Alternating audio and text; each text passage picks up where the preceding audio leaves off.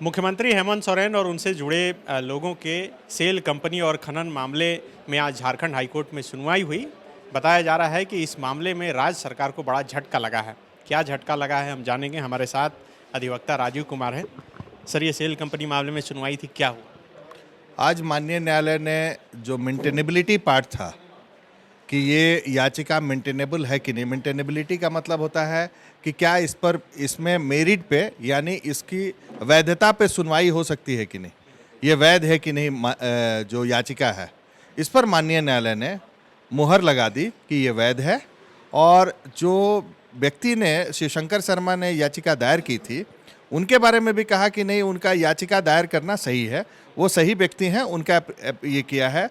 और माननीय न्यायालय ने कहा कि चूँकि बहुत लंबा जजमेंट है, 70 से 80 पेज का है, तो उसको अपलोड किया जाएगा, उसके बाद हम लोग देख सकेंगे। जहाँ तक मेरिट की बात है, अब इसकी सुनवाई चूँकि शुरू में तो माननीय न्यायालय ने कहा कि हम ट्यूसडे को रखते हैं, ट्यूसडे को सुनवाई कर देते हैं। आज ही सुनाइए मेरिट पे।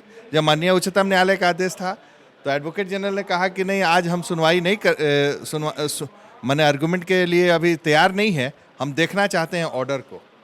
इस पर माननीय न्यायालय ने समय दे दिया। ट्यूसडे को रख रही थी माननीय न्यायालय, लेकिन उसको 10 तारीख को रखा गया है। फाइनल हियरिंग अब शुरू होगा इसमें। क्या सरकार के तरफ से ये कहा जा रहा था कि ये सुनवाई योग्य नहीं? माननीय न्यायालय सरकार जो है वो उनका कहना था, मिस्टर सिब्बल का, मिस्टर रोहतगी का, कि ये दोनों किसके वकील? ये मिस्टर सिब्बल जो है वो वकील थे, राज्य सरकार के तरफ से अपीयर कर रहे हैं, और मिस्टर रोहतगी अपीयर कर रहे हैं हेमंत सोरेन की तरफ से। इनका कहना है कि ये याचिका सुनवाई योग्य नहीं है क्योंकि जो याचिका करता है उन्होंने अपना डिटेल्स नहीं दिया है पिटीशन में, जबकि हमारे तरफ से सारा डिटेल्स जो दिया जा सकता है। और जो जजमेंट है ऑनरेबल सुप्रीम कोर्ट का चौफाल का 2010 का, उसमें है कि कुछ क्राइटेरिया फिक्स्ड है, उसमें याचिकाकर्ता के लिए रूल बनाना है कि कौन याचिका सुनवाई योग्य होगी या नहीं होगी। माननीय उच्च न्यायालय ने भी एक रूल बनाया है, उस रूल के हिसाब से हमने अपना याचिका दायर की थी।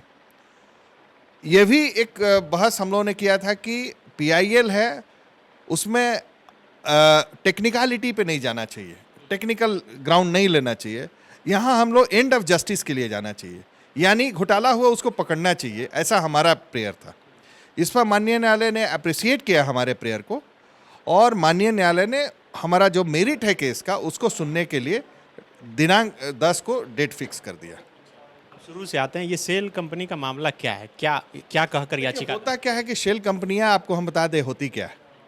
कुछ कंपनियां हैं जो केवल नाम के लिए फंक्शन करती हैं, ना उनका प्रोडक्शन होता है, ना उनका बहुत ज़्यादा कोई आर्टिकल ऑफ एसोसिएशन या मेमोरेंडम ऑफ एसोसिएशन में देखिएगा कि उनका अंदर जब तोड़ा जाएगा, शेल तोड़ा जाएगा कंपनियों का, तब पता लगेगा कि केवल डायरेक्टर्स हैं, डायरेक्टर्स बदलते रहते हैं, वो पैसा डालते रहते हैं और फिर वो बदल जाते हैं। ये एक कंपनी में यदि आपको सीधा टर्म में बोले कि 100 करोड़ रुपया डाला और वो पैसा पड़ा हुआ है, उसको कहीं भी प्रोडक्शन में नहीं लगाया, और फिर जब मन किया वो पैसा जो है निकाल लिया या अपने को डायरेक्टर से हटा लिया और वो दूसरे का पैसा हो गया, तो ये बैंक में नहीं जमा करके शेल कंपनियों के माध्यम से पैसे को ब्लैक से वाइट किया जाता है। ऐसा शेल कंपनियां, और ऐसी शेल कंपनियां एक दो नहीं, हमने 32 कंपनियों का, करीब 28 से 32 कंपनियों का दिया है पिटीशन में, और 400 कंपनियों का हमने दिया है कम से कम सप्लीमेंट्री एफिडेविट। सभी सेल कंपनियां हेमंत सोरेन और उनके परिवार से जुड़े हुए लोगों? देखिए, केवल हेमंत सोरेन की है ऐसा नहीं है, क्यों उनके एसोसिएट्स जो है वो कई हैं, जो एज ए इन्वेस्टमेंट एजेंट के रूप में हमने कहा है कि ये सारे लोग जो है इनके कहीं ना कहीं नियर एंड डियर है। अब मान लीजिए एक उदाहरण के तौर पे नागड़े का नाम लेते हैं, वो नागड़े महाराष्ट्रियन है, मराठी है, लेकिन उसका बसंत सोरेन के साथ डायरेक्टरशिप में कई कंपनियां हैं। और नागड़े जो है, आपको हम बता दें, वो नागड़े जो है वो अबू आजमी का बेटा जो है, अबू असीम आजमी, उसके साथ भी कई कंपनियों में डायरेक्टर है। तो हमारा कहना हम पिटीशन में दिए हैं कि क्या गारंटी है कि ये अबू नागरे जो है अबू आजमी के थ्रू डी कंपनी के से क्यों नहीं जुड़ा हुआ है, दैट आई डिस्क्लोज। अब ये डिस्क्लोज करेंगे हम मेरिट पे।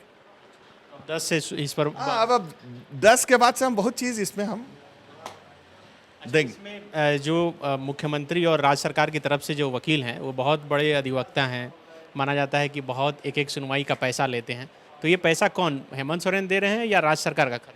देखिए, हमारे हिसाब से जो राज्य सरकार एंगेज करेगी तो राज्य सरकार देगी, यानी राज्य के सरकार का यदि पेमेंट होता है तो हमारा आपका पैसा टैक्स के पैसा से है। जो हेमंत सोरेन ने एंगेज किया है वो स्वयं बियर करते होंगे, उसमें कहीं दो मत। कपिल सिब्बल एक सुनवाई का कितना लेते हैं? ये नहीं कह सकते और बोलना भी नहीं चाहिए, क्योंकि ये तो जिसे बोलते हैं कि प्रोफेशनल सीक्रेट। लेकिन अब 10 के बाद कई बड़े राज खुलेंगे, ये तो है। हाँ, 10 के बाद से सुनवाई होगी, इस बीच में पता नहीं ईडी वाले भी और भी जांच करेंगे और भी करेंगे, इनकम टैक्स भी आएगी, फिर सीबीआई जब माननीय न्यायालय उसको हैंडओवर करेगी सीबीआई के लिए, तो सीबीआई आने के बाद से तो बहुत अच्छा रहेगा। हम लोगों के यहाँ झारखंड का इन्वायरमेंट में अभी क्या है कि 10 तारीख तक मानसून भी आ जाएगा। आज कल हम लोगों को गर्मी लग रहा है, उस समय बहुत ठंडक महसूस होगी। क्योंकि आप फर्स्ट बार इस मामले को लेकर जब प्रेस कॉन्फ्रेंस किए थे, आपको याद होगा कि महाधिवक्ता प्रेस कॉन्फ्रेंस करके बताए थे कि ये सब बात। एक्चुअली क्या है कि हम ज़्यादा कुछ नहीं बोलेंगे, महाधिवक्ता साहब मेरे छोटे भाई हैं, वो कुछ कुछ बोलते रहते हैं, वो हम लोगों का प्रोफेशनल तू मैं चलते रहता है, उससे कोई अंतर नहीं बोल। ये हम लोग बहुत क्लोज आदमी हैं। राजीव रंजन जी भी मेरे छोटे ही भाई हैं। बिल्कुल, ये झारखंड हाई कोर्ट के अधिवक्ता हैं जो बता रहे थे कि सेल कंपनी और खनन से जुड़े हुए मामले में जो आज कोर्ट का फैसला आया है, दरअसल कोर्ट ने साफ कर दिया है कि अब ये मामला जो है सुनवाई योग्य है। इस मामले में अब सुनवाई होगी, अगली तारीख जो है 10 जून निर्धारित हुई है। शुक्रिया। बायोम। डॉक्टर बनने का है सपना मगर सही गाइडेंस की है कमी, तो आए बायोम। रांची में सिर्फ मेडिकल की तैयारी के लिए एक बेहतरीन संस्थान, नीट और एम्स की तैयारी के लिए सन 2001 से मेडिकल प्रिपरेशन के लिए सबका भरोसेमंद संस्थान बायोम, हीनू एवं नगरा टोली, Ranchi. thefollowup.in. Like, share and subscribe. www.thefollowup.in